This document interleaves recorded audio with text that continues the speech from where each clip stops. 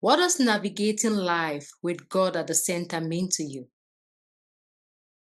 Navigating life with God at the same time means that God is your source. I mean, for everything that you have to do, you don't have to make decisions and bring God. You have to partner with God. You have to align with God.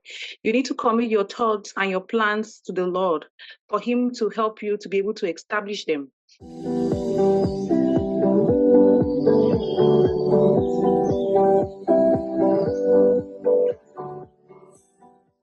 So, hello everyone, I'm Brunhilda Nene, and a very warm welcome this evening to the Sister Circle podcast, where we focus on how women navigate life with God at the center. So, joining me this evening is Miss Courage Nana. Courage, a very warm welcome to the Sister Circle podcast. Thank you so much, Prof. Nene. It's a privilege. So, Courage, as I kickstart this podcast tonight, can you just tell us a little bit about yourself and about the multiple businesses that you have? I'm called Courage Nana. I'm a petroleum geologist by training and profession with over 14 years of experience in Cameroon. And I am a hybrid entrepreneur, which means that I own a full-time job and I run businesses. I'm a mother of four. I'm a woman of God, a teacher by calling. I'm the CEO of Dominion Group, a business that is made up of companies, real estate millionaire. It has Champions Life and Success Center, Hallelujah Medical Foundation, and World Power. So, Courage, one of the questions I always ask everyone I invite them to the podcast is, what does navigating life with God at the center mean to you?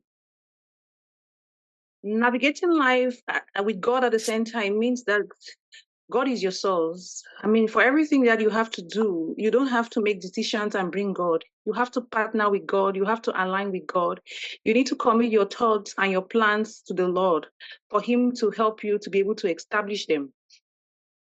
So for me, it's not about doing things on your own. It's partnering with God and aligning to His principles and for Him to help you. He's your source. So, one thing I gather is the fact that God is your source, and you need to ask Him first and not make a decision, and then you ask Him what He thinks about your decision. So, today we are going to have a conversation, and I titled this conversation Partnering with God in Business. So, I came across one of your posts where you said that I spend quality time with high school learners, teaching on the benefits of entrepreneurship and the importance of partnering with God in business, using the story of Peter in the Bible as a case study. We explored how divine directions can transform ordinary efforts into extraordinary results, just as Peter experienced when he followed Jesus' instruction. And this was very, very profound for me. So I'm just going to pick up with this post of yours that I want us to just talk about tonight and reflect a little bit on a few things that you mentioned. The first one is that you teach young high school learners about the importance of entrepreneurship. So in your view, why do you think that it's very important to instill the entrepreneurial mindset to children, especially at a very young age? I mean, when I look at what is happening in Africa, and especially my country, Cameroon, personally, I don't think that the government can provide jobs for everybody. So you see, the educational system has trained people that by the time they finish from high school, they get to the university, the first thing they have to say is, please, can you give me a job? I mean, and everybody is not meant to work for the government. Some people are meant to create jobs. And then the government cannot provide jobs for everybody. The government is just supposed to provide policies and an enabling environment for people to foster and for businesses to foster. And even private companies cannot provide jobs for the entire country. So some people have to be job creators. And back the educational system, sometimes it just teaches people to have certificates. But we need to come to a point where they have to teach you to be able to create a job, not just go look for a job.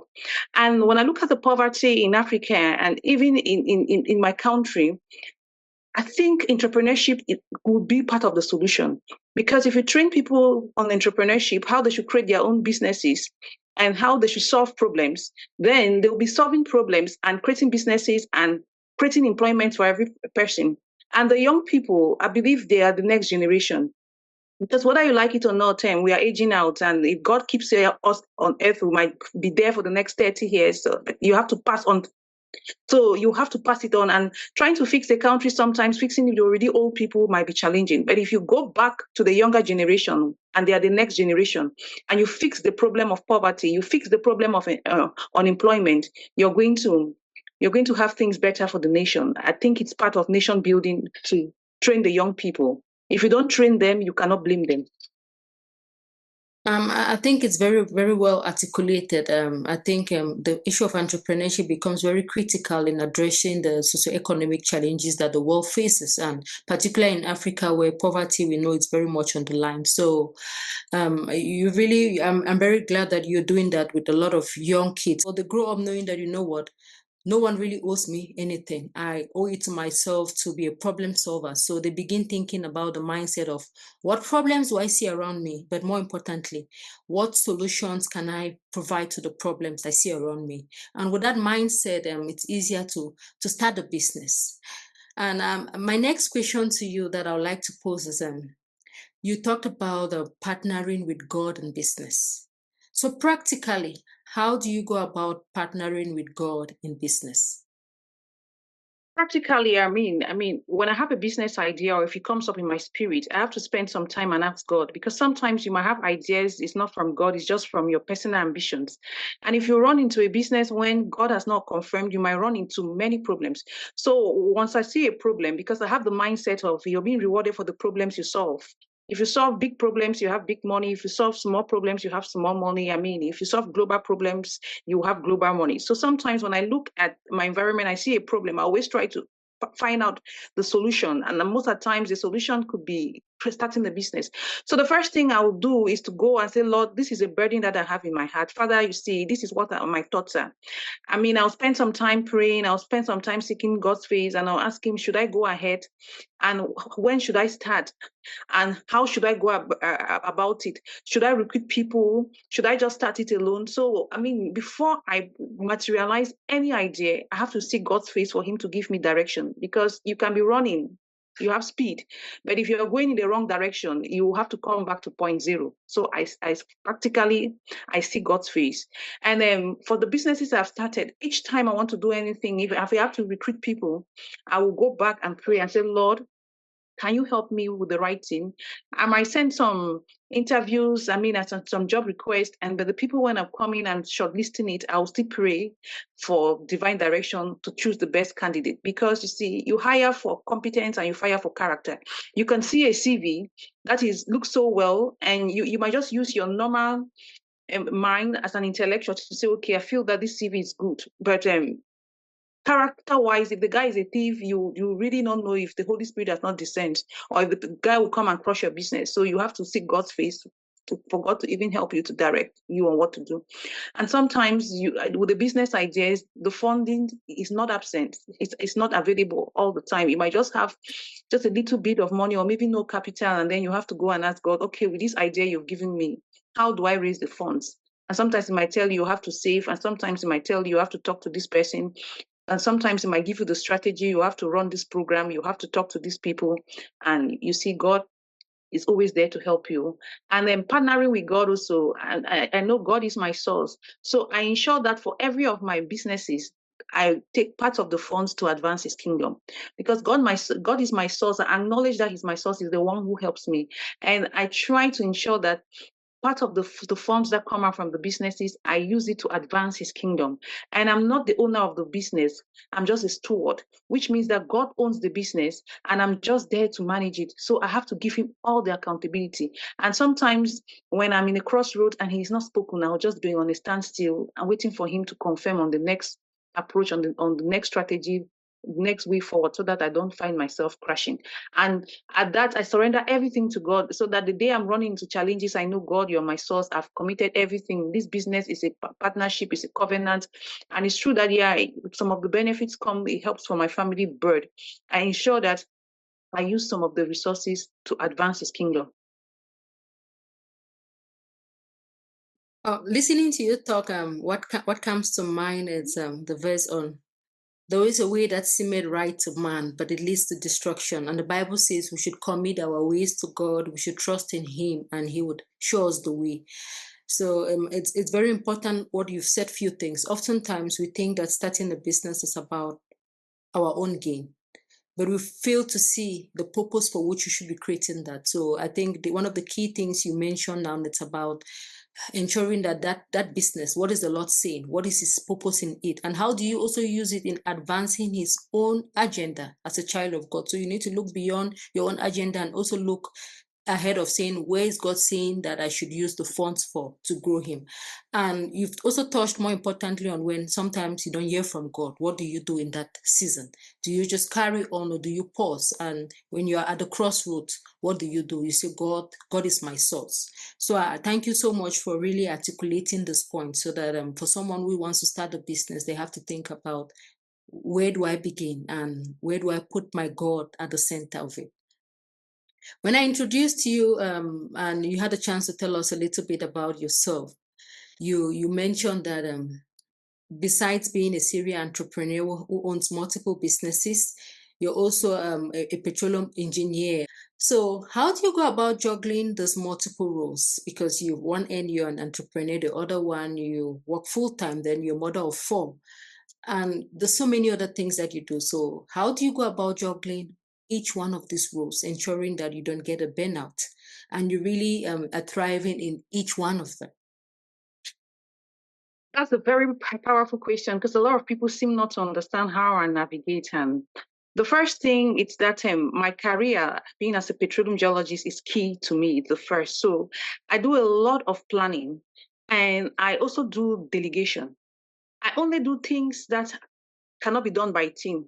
So you see, you might have a vision, and you shouldn't struggle to handle all by your own. So you need to recruit a team. And when you recruit a team, you need to train the team. So I have a team of people that also support me. You see, because I'm a serial entrepreneur, from day one of a business, there are people who have to run the business. So I come in there, determine the strategy of the business, and hire people, and then give them training, and then give them job descriptions, what they have to do, and they send reports. So at a strategic level, I just review reports, and then I also have some people who manage it, and I review. So the first thing is that if you have to run a full-time job, and then you also have to be into business, you have to have the right team. And if you don't get the right team, you don't have a support system, you're going to mess you up, you suffer losses, and then you might even get into integrity, into legal issues, and to financial crisis. That's the first thing. And then the second thing also is that I do proper planning and time management. Sometimes I practice what they call the 80 to 20% rule, where 80% of my time, you see, my job gets from 8 to 5. And then when I come back in the evening, I try to assign some 1 hour to do some of the businesses. And then during my weekends, I also dedicate some time to follow up the businesses. And sometimes, if I really have some pressing things to do, I just take my leave. I can take my leave for 1 week or for 2 weeks, and I just go out to sort out the businesses. And I know sometimes people don't want to trust people. That, I mean, I trusted people, they've scammed me, they duped me, but you must learn how to trust people, and you have to delegate. Listening to you talk takes me back to my first year general management class that I had, that talks about the four functions of management, which is planning, leading, organizing, and control. So it's very clear that you learn to plan so well. And you've talked about delegation. So you really need to know what you can do and what you can give to someone to do. And you really do it at a strategic level so that you have time to just monitor what is being done. But the power of also identifying the right entrepreneurial team. So when you're finding people, you have to be very deliberate about who can complement you, and not also just having the same skill sets as you have. So thank you so much for sharing that with us again tonight. And one of my final questions for tonight that I would like to pose with you is to a sister listening to you here tonight, who is thinking, God has told me to start this business, or I want to carry on with the second or the third business. How would you encourage them to go about partnering with God in that business, because oftentimes we all start businesses, but we put God at the last part of it or somewhere in between. What would you tell that sister? So the first thing I want you to know is that the Bible says that those who know their God will be strong and do mighty exploits. So the first thing you should come into business, you should come with an overcoming mindset. Those who know their God will be strong and do mighty exploits. It's not that those who are rich or those who are very educated or those who are old. You know, in Africa, they always believe that for you to achieve so much, you must be of age. Sometimes when people come to meetings and they're looking at me, and I mean, I see their eyes are probably like, is this the person? I said, I'm the person. So you first of all need to have that faith. And for the sister, you need to use faith as your currency. Because if you sit down, you think you're going to start business with a clear a picture, you might not, you will not have the clear picture. Sometimes you have to start with what you have. You might have no funding, or you might have little funding, you might have just an idea, you have to start. If you don't move, nothing is going to move. And if you're looking for a clear picture of like everything, the beginning to the end, it's always the way God works sometimes is as you take the action of faith, that's how as time is going, he'll be unveiling new things and helping you out. But if you're waiting to get a clear picture of what is going to happen to you, you might never start. And then the next thing is that when God has given you an idea, you have to go back and see God's face and ask him for a strategy and say, Lord, this is the idea you're laying in my heart. How do I go about it? The next thing I'll tell people also is that before you start a business, make sure that you go in for some training or apprenticeship. What I've understood in Africa is that a lot of people want to start businesses. They have the capital, but they lack the knowledge. So they just go ahead and they start a business, and they had no knowledge, or they don't have a coach, they don't have a mentor, and then it crashes. So what happens is that the capital that they had, and they never had the knowledge, they will lose the capital to get the knowledge, and sometimes they might not ever recover from it. So if you want to start a business, you have to sit down and ask yourself this question: is it the right time? With whom am I going to work? Who has done this thing? Who has been successful in it? Whom can I meet? You know, when you go to primary school, you have teachers; secondary high school, you have teachers; university lecturers. When you graduate now, you want to do a business, you refuse to look for a coach, you refuse to look for a mentor. Sometimes you look for a mentor that will guide you, but it should be a mentor that has integrity. You know, because if you do business with people who are poor in value or poor financially, they might collect your money and mess you up. So look for people who have already done what you're doing and try. Sometimes maybe you can just go or start on a small scale and go and learn from them and tell them, let them teach and pay. You know what I've realized in Africa, that people who just want things for free. And when you don't pay a fee, you don't pay attention. So sometimes if these coaches have books, get the books. If these coaches are doing mentorship, before you start the business, go under their mentorship and learn from their wealth of experience.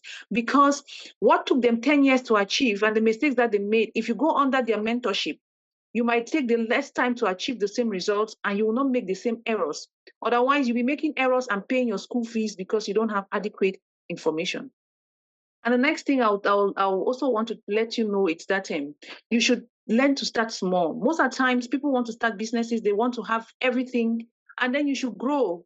Don't also start a business by borrowing money. It's better you start a business by your savings, or you could collect some family members and tell family members, share your vision, let them assist you. Because in business, it's proven that the first 5 years of a business collapses. And then if you're doing a job, don't abandon your job. Because while you have the business idea, it's not every business idea that is profitable.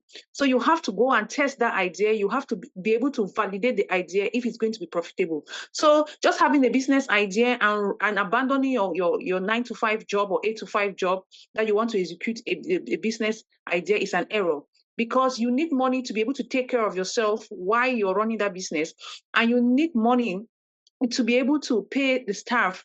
And I always tell career people, because you see, I'm a career person, that for you to quit your job, you should have a proven financial model that is working. Otherwise, you'll find yourself in integrity. At the end of the month, you're stuck. You cannot pay staff. You cannot take care of yourself. And then you find yourself in unnecessary stress. And it's been proven that a lot of entrepreneurs end up having stress-related diseases like hypertension and diabetes because they are always trying to catch up. They don't have finances, they don't have funds, and they're going through a lot of business challenges. And plan with God. Whatever is it that you want to do, plan with God. And the resources that you have, make sure that you allocate a kingdom project to fund it there. If God knows that your business is for the advancement of his kingdom, he will always provide for you and he'll always make a way for you. I also want to add something that what I've also realized with time is that a lot of people might have business skills, but they lack technical skills and leadership skills. For example, if you're a doctor and you're doing so well, technically you're sound, if you go to create a business, it really doesn't mean that you'll succeed. One, technically you're doing well, but business skills, do you know marketing? Do you know how to bring customers? Do you know how to manage them? And then the next thing is leadership skills. Can you bring a team together? Can you cast out your vision? Can you influence them to be able to execute your vision? So most of the times, if you start a business, you have to sit down and understand the skill sets needed for the success of that business. If you're a technical person and you don't have business and leadership skills, why struggling to learn them? You have to bring in people who have business skills. Because now if you look at what's happening in technology, if you're doing any business now, you're not deploying technology, you'll be extinct. Even if you're not extinct now, next 2-3 years, you'll be extinct. So if you're bringing business skills and you don't have a technical skill, because even no matter how you bring clients, if the clients are not satisfied, they will not be able to refer you, and then you will lose that business. And then you have to bring the leadership skills. If you bring people, you cannot train them, you cannot remunerate them, you cannot manage them properly, you just discover that in the business, people will just be leaving. They'll be leaving and then they'll bring you back to zero. And most of the times when they leave, they crash the whole business and they move around talking badly about your brand, and you might not survive. Oh my goodness. I feel like I am sitting again in class learning about starting a business. So you've really unpacked it so perfectly well, where you need to, first of all, have that idea God gives you and you go back to God. God, show me a strategy. And often you have an idea, you always have to think about execution. How do I practically go about executing that business? You've talked about the importance of mentorship, importance of upskilling yourself, ensuring that you have the relevant and the right skill sets for the business, and starting small. And more importantly, also not quitting your full-time job without really having a clear financial model on how you plan to sustain yourself. So a lot of knowledge you've really unpacked very nicely here tonight to all the sisters listening. Yet again, you've really touched on the importance of the skills that we need. So you really need to do an assessment of the skills you have. And again, it takes me perhaps to your SWOT analysis. What are your strengths that you have? What are your weaknesses? And how do you use your strengths to really start the business, but how you should be very cognizant of the weaknesses, which is perhaps the skills that you're lacking in, and how do you try and overcome the lack of those skills. On one hand, it could mean partnering with someone who is very proficient in where you lack in as a partner, or you outsource, and also while also ensuring that you also learn. So thank you for that. And also when it comes to leadership, I think it also comes with experience, but also reading and seeing best cases of how people who are in similar businesses or similar situations handle the same challenge, I think, or similar challenges that perhaps you're experiencing, or they have experienced, will also help you in your business. So overall, I think as an entrepreneur, from what you're pointing out today, there's a whole lot of learning, unlearning, and relearning that you need to really put into place. More importantly, also partnering with God at the center of the business. So, Courage, it was indeed an honor to really have you here tonight with us. And there's so much of information which you've given us, which we've really benefited. And to all the sisters listening to us here tonight, I really hope that you really have listened and you've learned, and you really can take some of the points to really use it in your business. For those already in business, you can carry on to use. For those starting, you know where to start and how to really get God at the center of this business, and how to also partner with God with everything you do. So have a good evening, Courage, and thank you so much to everyone joining, and see you next time. Thank you so much. Bye. Prof. Nene. Thank you so much, Prof. Thank you. Bye. Bye.